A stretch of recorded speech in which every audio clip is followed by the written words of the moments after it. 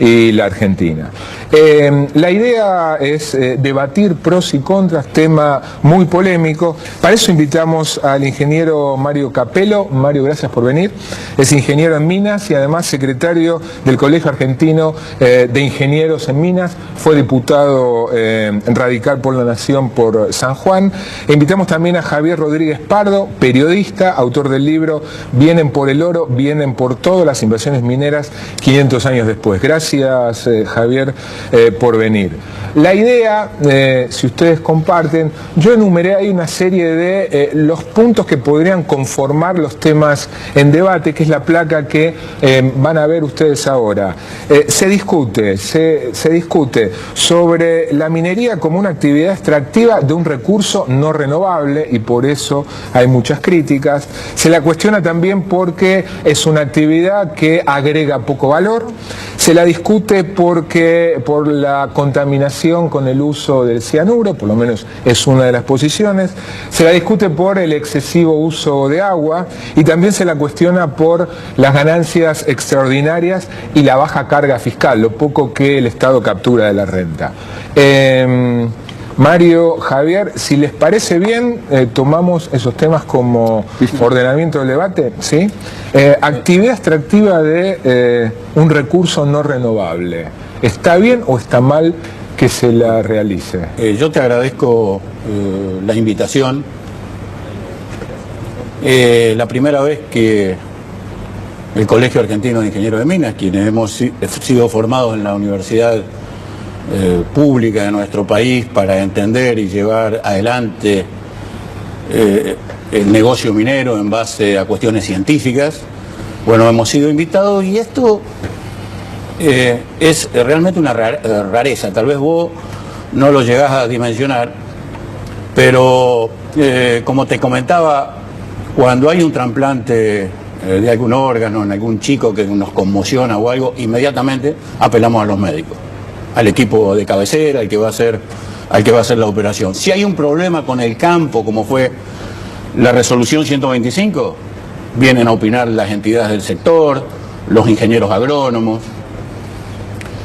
Y sin embargo, cuando se habla de la minería en la Argentina, bueno, nosotros vemos, ojo, que todo el mundo puede opinar y nos parece bien, pero sale el cura del lugar, el maestro del lugar, el médico de Andalgalá. Y quienes hemos sido formados en esta cuestión no somos consultados. Y esto sin duda es porque Argentina es un país sin tradición minera. A pesar de este, como vos bien decías, este enorme potencial geológico minero que tenemos, a este país le bastó durante 150 años con la pampa húmeda. Éramos el país de la carne, del trigo, de la leche, ahora de la soja.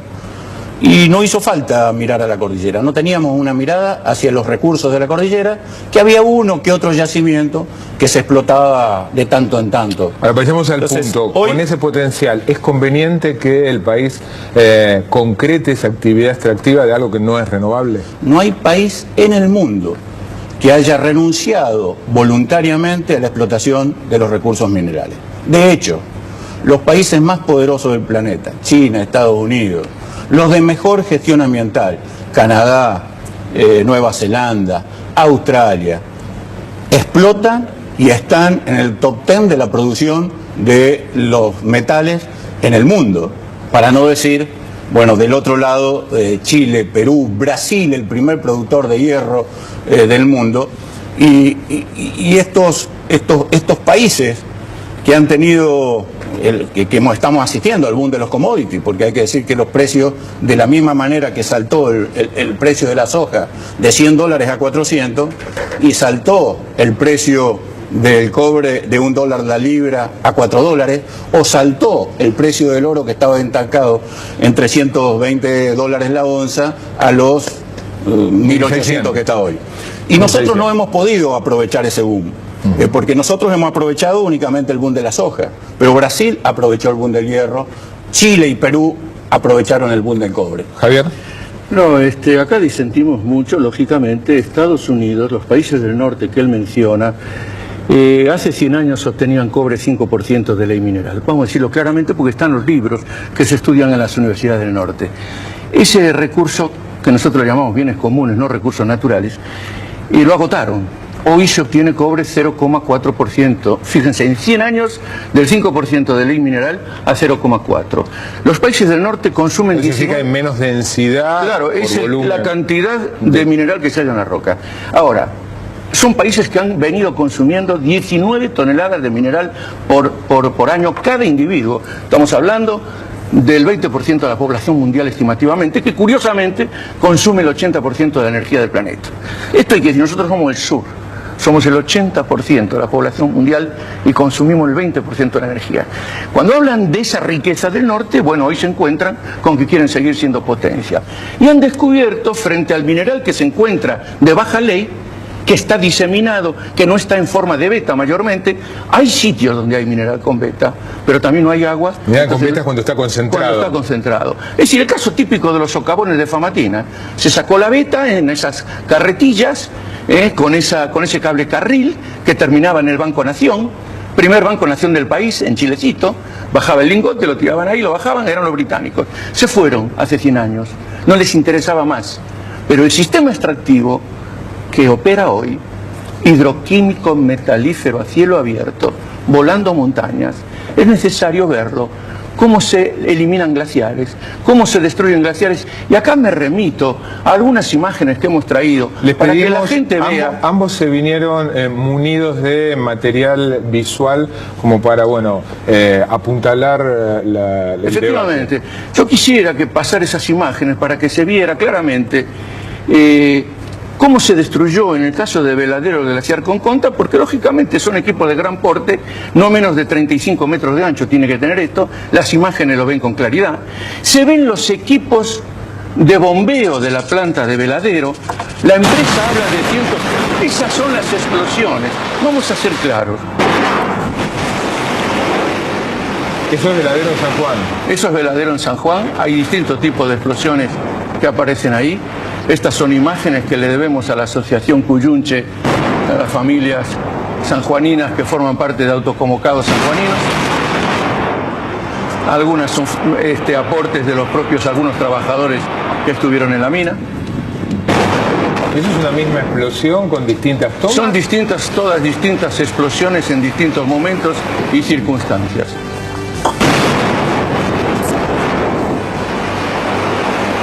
Hay sitios donde esos open pit tienen 4 kilómetros de diámetro, 1 kilómetro de profundidad. Hay sitios donde un agujero está al lado del otro. Los territorios parecen quesos gruyère. ¿En aras de qué? ¿De qué? Me están hablando de unos minerales que no quedan en el país. Y después vamos a hablar efectivamente de cuál es la verdadera renta que dejan. Ahora, es necesario destacar, y lo debemos decir con claridad, ahí faltan unas imágenes que me gustaría pasar, que son donde se ven las máquinas trabajando sobre el glaciar Conconta, y un poquito más arriba, esto está yendo hacia la planta de Veladero, y luego imágenes que vienen a continuación. Biocidio, entiendo yo, una matanza de la biosfera. Digamos que sí. En la cordillera de los Andes es una cordillera que contiene mucho plomo, mucho mercurio y mucho arsénico. Los dos primeros metales. El segundo, debo decirlo claramente, porque este polvo en suspensión, que un ingeniero en Chilecito nos gritaba una vez diciendo: quédense tranquilos que el polvo no sale porque vamos a regar antes la montaña. Este es el ejemplo de cómo se riega una montaña. Vean el polvo en suspensión. Mario. Esto es una cuestión absolutamente normal. Esto pasa en todo el mundo. Por supuesto que esta actividad hay que multiplicarla por 10 o por 20 en Estados Unidos. Estados Unidos tiene 166 minas funcionando a cielo abierto en la actualidad. Canadá tiene 42. Y en el caso de las... Con este tipo de explosiones, o sea, con esta misma... de minería, sí, pero por supuesto. Yo diciendo además porque es un lugar correcta la cifra. Un lugar muy chico, digamos, es como una manzana de Buenos Aires el lugar donde está, porque depende de cómo es el cuerpo mineralizado, las labores que tenemos que ir realizando.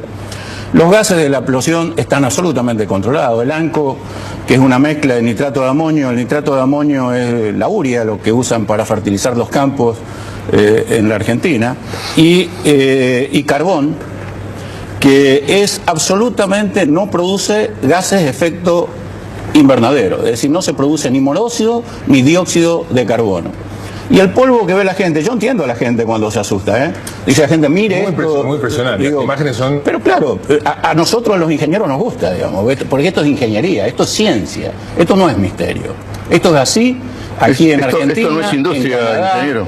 en México, en Australia, Nueva Zelanda, en Alaska hay minería a cielo abierto.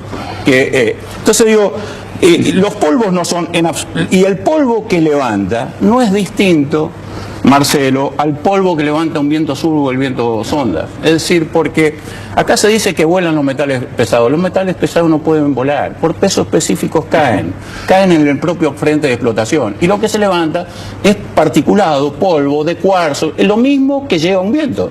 Por eso no hay absolutamente ningún trabajador con enfermedad profesional. Les propongo vincular este tema, estamos hablando de polvos, a la química.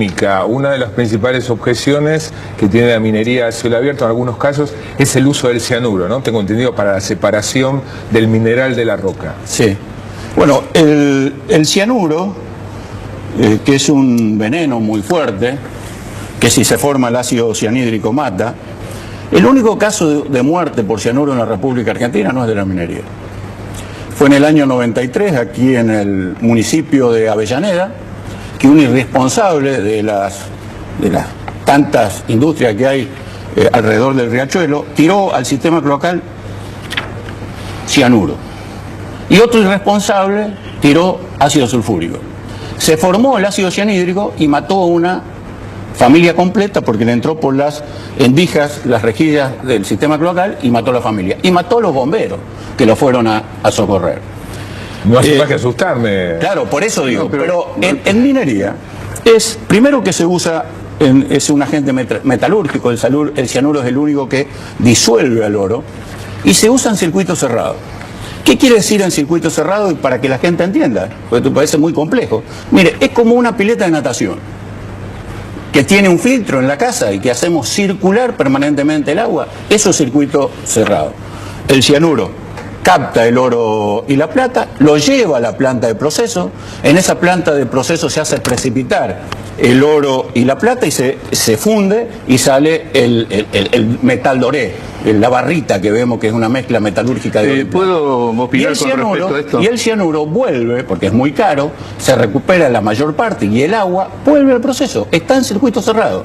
Y antes de depositar la parte que no se puede recuperar, se destruye con hipoclorito de sodio. Por eso vos no vas a ver, Marcelo, en ningún lugar del mundo, en la actual minería, que haya problema con cianuro. No lo tenemos en Chile, del otro lado, que tiene 4.200 yacimientos, muchos de los cuales usa el cianuro. Bien.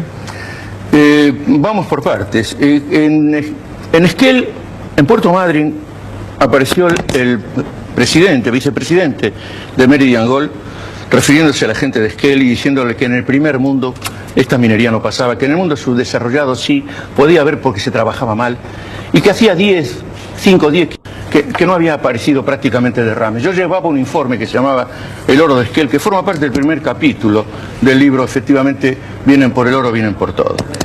Claro, cuando termina de hablar y le pido la palabra, le digo, discúlpeme, ingeniero, En Esquel fue donde se realizó el plebiscito que impidieron la instalación de Meridian. Y en Puerto Madryn, este hombre que estaba exponiendo en ese momento, le digo, discúlpeme, ingeniero, pero usted acá he subrayado en amarillo una lista muy grande, son más de 100 aproximadamente. En el primer capítulo, insisto, lo recomiendo para que la gente lo lea, aparece un listado. Y le nombro algunos. En Papúa Nueva Guinea se desprendió una tonelada de cianuro de un helicóptero que lo transportaba a una mina de oro. Se trataba de 150 kilos de reactivo que perdieron en el bosque tropical y aún se investigan las consecuencias. En Dakota del Sur, 7 toneladas de desechos de cianuro de sodio concluyeron con toda la vida marina del río de la Quebrada de Whitewood. Nevada, en la mina cantera de oro. En fin, no podía nombrar todos acá porque se me va el programa. Pero cuando llego a la parte del Bay, en Nevada, casi un millar de aves que aparecieron muertas luego de beber agua, me interrumpe y me dice, fueron unas aves migratorias que bajaron a beber en el dique de Colas y se murieron. Eso no pasa hoy, porque le ponemos al dique de Colas una red. Y esto lo que nos obligó a nosotros fue investigar más de cerca el tema del cianuro. Y hemos encontrado textos de los propios responsables de la minería, donde efectivamente descubren que la única forma real de poder, por ejemplo, eliminar estos cianuros que hay en las minas es tratando de ver con la biodegradación de alguna bacteria que empieza. Entre ellos, obviamente, la tesis de maestría del señor Marcelo Bellini, Rubén Bellini, que es, la tengo aquí, la traje conmigo justamente para leerles la parte donde él refuerza hablando del río Danubio, que quedó completamente contaminado en el centro de Europa y arrasó con toda esa cuenca. Cualquier cantidad, el presidente de Hungría lo dijo con más claridad. Las 3/4 partes de la población se quedó sin agua potable. Ahora, ¿cuánto? Y si habla de hipoclorito de sodio. En el texto el ingeniero menciona que fue peor el remedio que la enfermedad. Le echaron el hipoclorito para ver si... y fue multiplicador el efecto. El derrame, perdóname Marcelo, fueron 2.000 kilómetros. 2.000 kilómetros del Danubio y de los confluentes en Europa es más o menos como decir que contaminé desde aquí hasta Trelew, son 1.500 kilómetros, Comodoro 1.900, hasta Caleta Olivia, 2.000 kilómetros. Mario, para cerrar el tema del cianuro. Sí, esto, claro, cómo la gente no va a estar asustada con estas cosas que dice. En Hungría lo que pasó, digamos, acá no hay ningún dique de cola con cianuro, ninguno en la Argentina. Hay pilas de liciviación, que es otra cosa, no tiene nada que ver. Diciendo, perdón, está tergiversando hechos acá, el informe de impacto ambiental también. Digo, no hay ningún emprendimiento con dique de cola, a lo menos estos mega emprendimientos de Veladero y de el Bajo de la Lumbrera.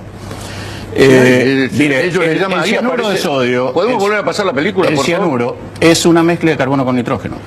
Y de hecho las bacterias lo pueden... el sustrato de alimentación de la bacteria, y se está estudiando, es precisamente carbono y nitrógeno. Así que hay un método. Pero también lo destruye el hipoclorito. Se usa con total seguridad, con total seguridad. Hay normas internacionales y protocolos. Por eso no hay ningún accidente. Por eso podemos ir a medir. Pero si esto es cierto, lo podemos ir a medir y podemos ver en los emprendimientos mineros en la Argentina qué lejos, Marcelo, de atacar y disminuir la fauna silvestre. Ya no hay más cazadores furtivos, ya no los molestan más, los guanacos, las liebres y los zorros son una realidad alrededor de los yacimientos. Una pregunta a los dos. No, pero dada el peligro que implica el cianuro como veneno, como incluso vos decís, Mario, ¿existe en la Argentina, en las provincias y en la nación la capacidad de control? Hay un código internacional de manejo de cianuro y eso es a rajatabla, el cumplimiento. ¿Y acá controla eso quién? Y lo controla la autoridad de aplicación. ¿Qué es quién? El gobernador de la provincia. Y tienen, socios de la minera. En el caso del manejo del cianuro, porque el cianuro hay que decir que el 87% está acá alrededor de la ciudad de Buenos Aires. Lo usa la industria alrededor de la ciudad de Buenos Aires, el 87%. Entonces ese transporte cuando llega, bueno, es la Secretaría de Medio Ambiente, me imagino, la encargada de controlar. Yo también vengo planteando la necesidad que en la Argentina no hay una especie de ANCOMA, de una Agencia Nacional de Control Medioambiental, para medir al instante cuando cualquier vecino, cuando cualquier ciudadano plantee que hay una emisión contaminante de cualquier industria, que en 24 horas esto se resuelve. Ahora, los controles son por parte del Estado. Yo quisiera aclarar una cosita, Marcelo. Quedan dos temas. Sí, pero es importante. Muy breve. A nosotros, brevísimo. En Esquel, una de las cosas que nos llamó la atención, y el señor habló de primer mundo, fue justamente Montana. Montana prohíbe el uso del cianuro. Esto es clarísimo. ¿Por qué? Porque se contaminó Montana, y porque era un lugar muy parecido a Esquel, con deportes de invierno, con esquí, en fin, con lagos, y se contaminaron con cianuro. Y hoy está prohibida en Montana la explotación de oro por cianuro. Pero quiero aclarar esto además, hablando del primer mundo, que tenemos que leer claramente lo que aparece. La Universidad de Alemania sacó una declaración, y yo creo que la Universidad de Alemania, como las nuestras, también merecen respeto, de prohibir la obtención de oro por cianuración. Y no con los ejemplos, tengo muchísimos ejemplos que dar, que se basa la Universidad de Alemania para hacer esto. Quiero tocar los dos temas que quedan. Uso excesivo de agua, ¿no? Es otra de las objeciones. Sí. Claro, y aquí también porque, bueno, yo estuve por Famatina, y bueno, el planteo era que se quedaban sin agua. Que, no sé, hablan de los millones de litros que consume la minería. Bueno, te voy a dar un ejemplo, Marcelo, para ponerlo y para que la gente entienda cuánto realmente usa la minería del agua. La mina más grande de oro del país, la mina Veladero, utiliza 54 litros de agua por segundo. Eso significa la dotación, esto es vergonzoso, la dotación que el Departamento de Hidráulica le asigna a una finca de 108 hectáreas. Una finca tiene una dotación de medio litro de agua por hectárea. Esto es lo que equivale del uso del agua en la minería. 50... O sea, el agua que usa una pequeña... Una finca, San Juan tiene 120.000 hectáreas con derecho de agua y la mina Veladero consume lo que equivale a 54 hectáreas. Pero esto es una barbaridad. Vamos por partes. Voy a poner un ejemplo claro. Doy datos del Departamento de Irrigación de la provincia. Los compañeros asambleístas de Salta nos llaman con urgencia, esto salió por el diario El Tribuno y salió en todos lados, 2 perforaciones de agua que hacían en Salta, no se sabe por qué y de qué forma llegaron ahí, que eran de Chile. Chile necesita agua, en Atacama no hay agua, y por siglos que no llueve, y Chuquicamata, ¿verdad? Y La Escondida, obviamente se quedaron sin agua. Chile, ¿qué hizo? Desaliniza el agua, y es costosísimo, y no lo puede hacer por el valor que tiene la desalinización. Es decir, en el libro yo pongo ejemplos de 5 autores importantes donde eso todavía está en pañales, les cuesta mucho. Pero lo que dice Mario, que el consumo permíteme, pero además de eso hay que subir el agua allá arriba, que son a 4.000 metros de agua. El consumo de agua que necesita esas 2 minas son 6.000 litros de agua. Los acueductos, 3.000 litros de agua cada uno por segundo. A tal punto, discúlpeme que lo diga de esta manera, que mandé una nota corrigiendo al Tribuno en su momento diciéndoles, y por internet, discúlpeme, no es por hora, porque dijeron no puede ser esta cantidad de agua, es por segundo. 6.000 litros por segundo, 2 acueductos. A ver, vos trajiste un tape sobre el tema de agua. Yo traje un tape donde se ve, el tape es en la misma imagen que ustedes vieron. Ven cómo se tiene la obtención de agua, habla de 50 litros y nosotros vemos equipos de bombeo para 1.000 y pico y 2.000 litros de agua. Esos equipos de bombeo que están ahí arriba, en Veladero, pegadito a Lama del lado argentino, Pascua del lado chileno, y que van a ser usados con eso, ahí están. Fíjense, esos ductos son para esas mangueras de agua a las que alude este señor, hablando de 50 litros de agua, 45 litros. O sea, lo que Mario dice 50, claro, yo te estoy dando, estamos hablando claramente, claro, totalmente, yo estoy hablando de 1.000 litros de agua por segundo. Y vamos a hacerlo más claro. Fíjense, nosotros hicimos este cálculo, calculando incluso lo que decía el informe de impacto ambiental de Barrigol, decía que para Pascualamia va a usar, hipotéticamente, 450 litros, porque los informes... Por segundo. Y que Veladero, 110. No puso Penélope. Yo hice un cálculo con un ingeniero minero, al que le mando un saludo desde aquí, Huguito González, en San Juan, y le dijimos, vamos a hacer lo siguiente, sumemos el costo que tenía el agua en la minería en el año 76, conforme al Buró Minero norteamericano, que son datos que aportan las empresas mineras norteamericanas. Y hay un dato, costaba 10 centavos de dólar el metro cúbico. Usemos las cifras que dice la propia minera, multipliquémoslo calculando todo el complejo, Veladero, Penélope, Pascualama, Pascua del lado argentino, ¿verdad? Y coloquemos 1.000 litros, o menos de 1.000 litros, pero todo el complejo. Multipliquemos esos por 60 segundos, 60 minutos, 365 días, por un año, ¿verdad? Por 25 años de explotación, y la cifra que daba, bueno, no la podíamos hacer con máquina, la hicimos a mano, llenábamos de cero prácticamente los papeles, éramos varios sacando los números, tenían que dejar el oro para pagar el agua. Lo que ocurre que en los informes de impacto ambiental que presentan estas mineras no consideran ni el agua ni la energía como insumo principal. Consideran sí el cianuro de sodio, la cal, que para levantar el pH efectivamente necesitan mucha, pero no consideran ni la energía ni el agua. Mario, y son 2 rubros. Marcelo, yo te quiero decir que esto es ciencia. un procedimiento hidrometalúrgico no tira el agua que se le ocurre, sino la que necesita. Yo te invito, Javier, te invito a que vayamos a San Juan, trae tus técnicos, vamos a Veladero. Y te propongo y que Marcelo nos acompañe con las cámaras. Vamos a medir con los técnicos cuánta agua utiliza. Vamos a medir, además, los valores que tienen el río Las Taguas después de la mina Veladero. Pero le digo una cosa, Mario, yo acepto con una condición. Sí. Caigo de sorpresa en cualquier momento. Yo no voy a ir preparado como más de una vez. Claro, sí, porque yo no voy a hacer turismo ahí arriba. Decime quiero ir, listo. Y ver, claro, porque y pedimos a las cámaras que nos acompañen. Y Marcelo, para si no están consumiendo estos 54 litros por segundo, o si los valores del río Las Taguas han sido modificados por la actividad minera, yo lo acompaño y voy a hacer la denuncia penal correspondiente. Quedó el compromiso. Último punto, las mineras ganan muchísimo dinero y pagan de impuestos en proporción a lo mucho que ganan, poco.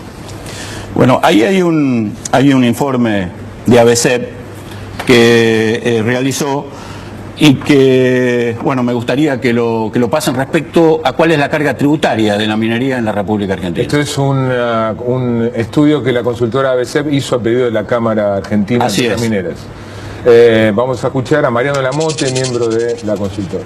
Para 2010, que fue para año cerrado, a partir de datos de encuestas a las empresas mineras, de análisis de balances y principalmente información de AFIP y de rentas de las provincias o de distintas agencias provinciales, nos arrojó para 2010 un aporte por todo concepto de 5.600 millones de pesos, lo cual, si lo desagregamos, 4.500 a 4.340 millones es a nivel del Estado Nacional y el resto a las provincias, que en un 50% es a partir de regalías, ingresos brutos y otros impuestos, y el resto es a partir de fideicomisos y la participación en las utilidades por parte de las empresas públicas. La gran verdad es que para las provincias, ejemplo para Catamarca, esto representa, los ingresos de la actividad de la minería representan aproximadamente un 14% de sus ingresos totales, lo cual pone a la provincia en una situación muy favorable ante la menor dependencia de los ingresos nacionales. Si uno observa el caso de una empresa minera en Santa Cruz, por ejemplo, de una empresa de oro y plata, en un pueblo quizás de 10.000 habitantes, empleo directo son 1.000 empleos, más empleos de contratados son otros 600. Y hay que contemplar todo lo que es indirecto de prestación de servicio, que no es que están todo el día en la mina. Creemos que quizás el 50% de esos 10.000 habitantes tiene una relación o directa o indirecta con la minería y con todo lo que genera. Si los ingresos mineros son 100, 35 a 38, según el sector, quedan en lo que se llama salarios, gastos de pago de servicios, compra de insumos, compra de bienes, es lo que decís, lo que queda en otras actividades, es lo que el derrame hacia otras actividades y mucho hacia la región. Otros 40 quedan en lo que es impuestos nacionales, impuestos provinciales y lo que son empresas públicas y fideicomisos. Bien, entonces tenemos 40 más 35, tenemos 75. Entonces, el otro 25 y quizás a veces entre 25 y 28, no es un poco más a veces, depende del año y depende de la empresa, le quedaría a la empresa. Que con eso lo que hace la empresa es paga lo que es la inversión y lo otro es utilidad.